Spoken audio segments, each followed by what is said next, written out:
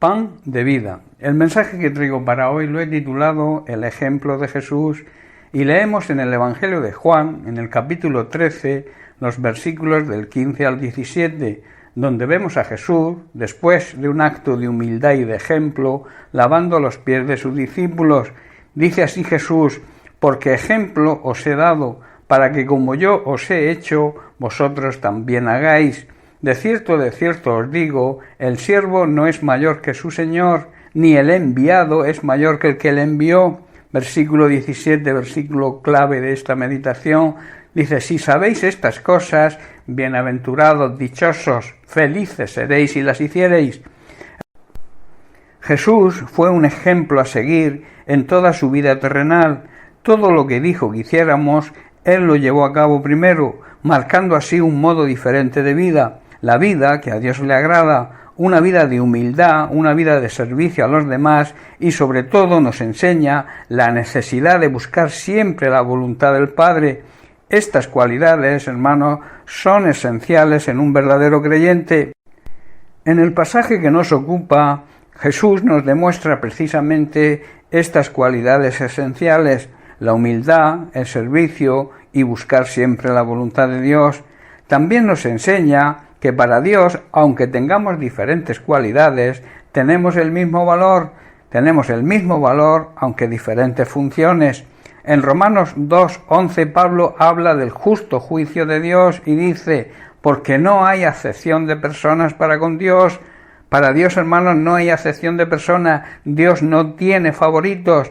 Por este motivo Jesús fue enviado y nació en un pesebre para que todos tengan la condición que tengan, puedan tener acceso a Él.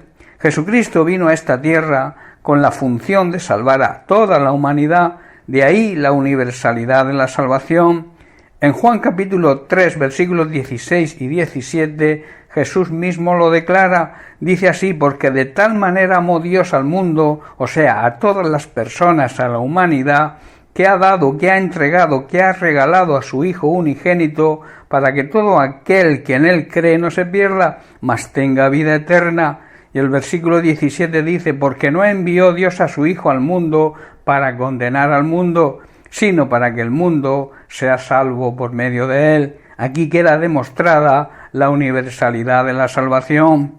Hermanos, si nos consideramos seguidores de Cristo, debemos aprender de Él, debemos imitar su conducta. Y en el versículo 17 de Juan 13 que estamos analizando, vemos la clave de esta enseñanza, donde Jesús dice: si sabéis estas cosas, bienaventurados, bendecidos seréis si las hiciereis. Dicho de otra forma, ahora que sabéis estas cosas, Dios os bendecirá por hacerlas. Lo que Jesús nos quiere enseñar es que no basta con saber hacer las cosas, sino hacerlas. No basta con conocer la palabra de Dios, debemos aplicarla a nuestra manera de vivir. Santiago, el apóstol Santiago, en su carta, en el capítulo 4, versículo 17, declara: y al que sabe hacer lo bueno y no lo hace, le es considerado pecado. En el primer libro de Samuel, en el capítulo 15, versículo 22, vemos a Saúl después de su desobediencia y donde va el profeta Samuel y le dice: ¿se complace Dios en tanto holocausto y víctimas, o sea, sacrificios, como en que se obedezca la palabra de Dios? Ciertamente, dice y asegura, el obedecer es mejor que los sacrificios y el prestar atención que la grosura de los carneros. ¿Qué es lo que realmente le agrada a Dios? Rotundamente que se le obedezca a su palabra. De nada sirve que hagamos grandes actos de abnegación, grandes sacrificios, si no obedecemos a Dios.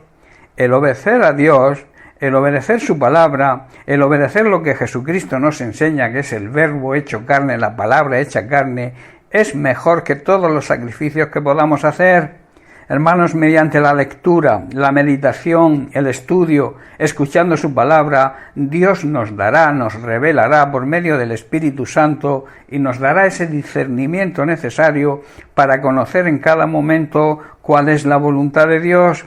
Quiero terminar este mensaje con algunas palabras de Jesús. Las encontramos primeramente en Juan capítulo 5, verso 30, donde Jesús dijo: «No puedo yo hacer nada por mí mismo, según oigo, así juzgo, y mi juicio es justo».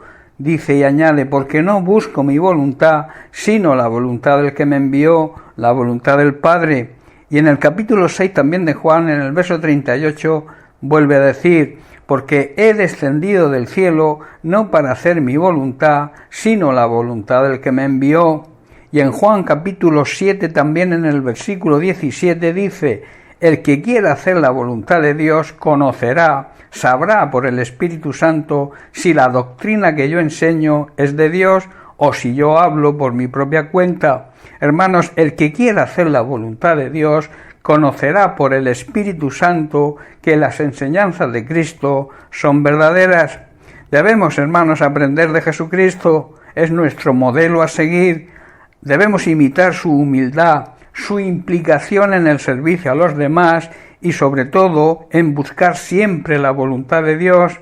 Bien, hermanos, pues hasta aquí el mensaje de hoy. Bendiciones para todos. Un abrazo.